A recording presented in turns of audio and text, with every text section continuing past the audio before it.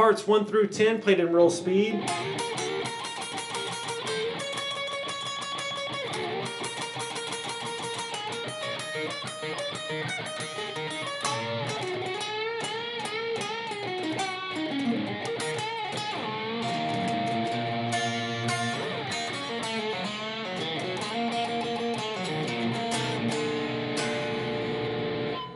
Now for the first guitar solo. Here I've broken it up. The first solo, I've broken it up into 10 separate parts. For part 1, we begin. What we're going to do is we're going to take our pointer finger and you're going to place it on the 10th fret of your B string. And then place your middle finger on the 11th fret of your G. Make sure that your middle finger is curved in a way so that it is not touching the string below it, your B. So like I said, the two notes that I currently have pressed down now are the 11th fret of the G and the 10th fret of the B. Now what we're going to do here to begin part 1 of the solo is I'm going to pick my G and my B strings together in an upward motion. After I pick those two notes, I'm going to slide each finger up 2 frets so that my middle finger is going to stop at the 13th fret of the G and my pointer finger is going to stop at the 12th fret of the B. So that's how it begins here. Now to play that will sound like this. After you've slid up, continue to press down firmly here where my middle finger is on the 13th fret of the G and my pointer finger is on the 12th fret of the B. I'm going to pick those two notes together in an upward motion one time. It will sound like this. So far we have this played slow for part 1. Then what I'm going to do is I'm going to move each finger down 1 fret so that now my middle finger is on the 12th fret of the G, my pointer finger is on the 11th fret of the B. What I'm going to do here is once again in an upward motion I'm going to pick my B and my G strings together. After I've picked them I'm going to slide each finger up 1 fret so that I land back at the 13th fret of the G and the 12th fret of the B. So that will sound like this. So far, in part 1 we have this played all together in slow.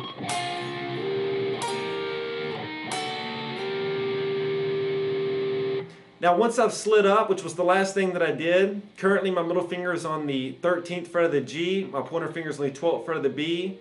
Here I'm going to pick those two notes together in a series of upstrokes. I'm going to pick them together 11 times. To do that slowly will sound like this.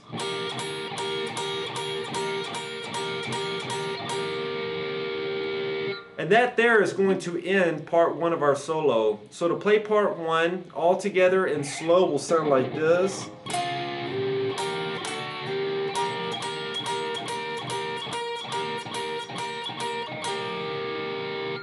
That's part 1 played slow, part 1 played in real speed.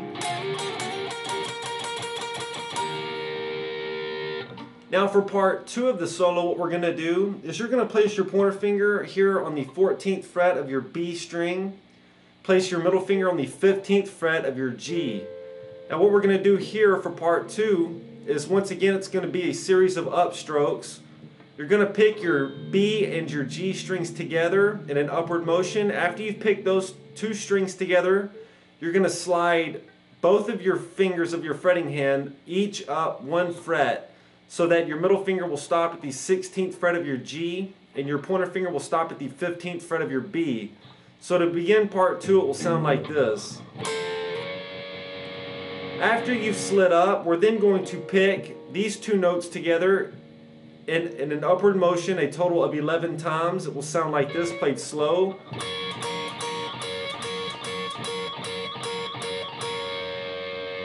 And that's going to make up part 2 of these solos. So part 2 of the solo played together in slow will sound like this.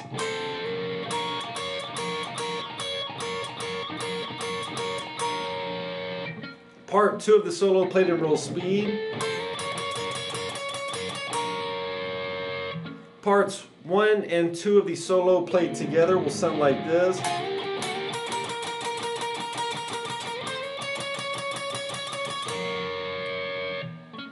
For part 3 of the solo, what we're going to do is you're going to come back down. You'll place your pointer finger on the 10th fret of your B string. Place your middle finger on the 11th fret of your G.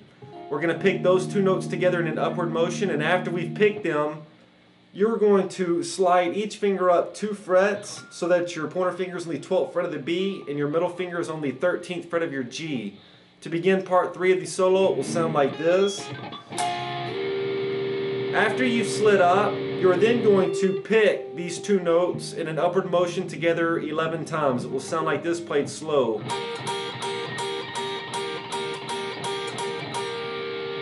And that will make up part 3 of the solo.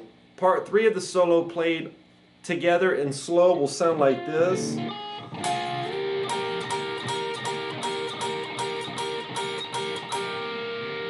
Part 3 of the solo played in real speed.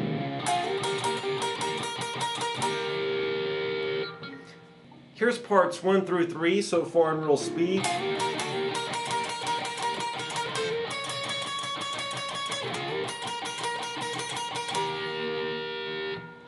So that's parts 1 through 3 played in real speed. Now for part 4 here of the solo, what we're going to do is before we pick any notes, you want to take your pointer finger and you want to lay it flat against the neck of the guitar here at your 12th fret so that you're firmly pressing down on the B and the high E strings here at the 12th fret. Now I kind of slant my finger a little bit so that I can play these bends that are played around these two notes here. So like I said, before you pick a note, you want to make sure that your pointer finger here is laid flat against the neck so that you're firmly pressing down on the B and the high E here at the 12th fret. I've got those two notes pressed down firmly. Now what I'm going to do here to begin part 4 is I'm going to place my middle finger on the 14th fret of the G. To begin part 4, what I'm going to do is I'm going to pick the G string one time. After I pick it, I'm going to bend that note up a half a step. It will sound like this. Then following that, I'm going to pick the B string 12th fret. Then I'm going to pick the high E string 12th fret. So far in part 4 we have this played slow. Following that, what we're going to do is this. Then you're going to take your ring finger. Once again, like I said, leave your pointer finger there throughout this first part. So far we have this. The next thing you're going to do is you're going to place your ring finger on the 15th fret of your B string. Pick that note, the B string, one time. After you pick it, bend that up just barely. You're going to bend it up a quarter of a step.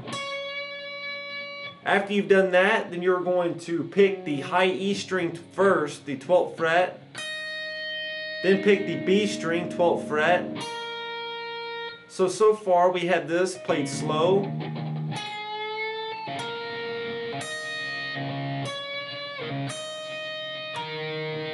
Then once again, place your ring finger on the 15th fret of your B, pick that note and bend it up just a quarter of a step. Then you're going to play the 12th fret of your high E, then play the 12th fret of your B. So far, all together in part 4, we have this played slow.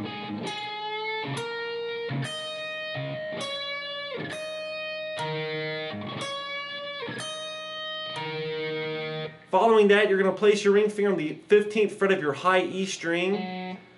You still have your pointer finger pressing down firmly on those two notes, barred there. The next thing we're going to do is you're going to play the 15th fret of your high E with your ring finger. Then pick your ring finger up and play the 12th fret of your high E. Then play the 12th fret of your B string. That's going to end part 4. Part 4 played all together in slow will sound and look like this.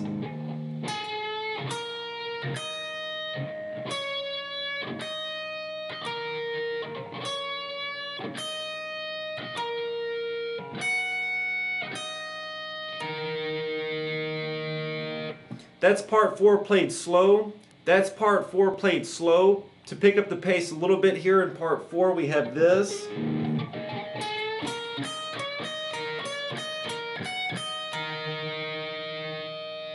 Part 4 played in real speed.